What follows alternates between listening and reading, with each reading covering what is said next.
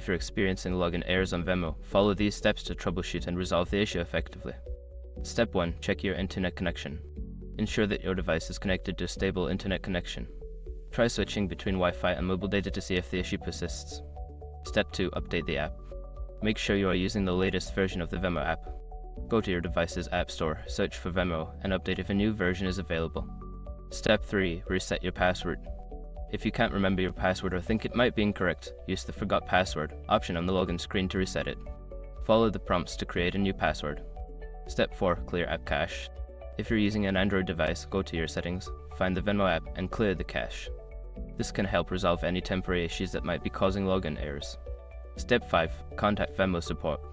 Before starting recovery, use the sroc.com link in the description to open the account recovery checklist generator and make sure your verification details are ready.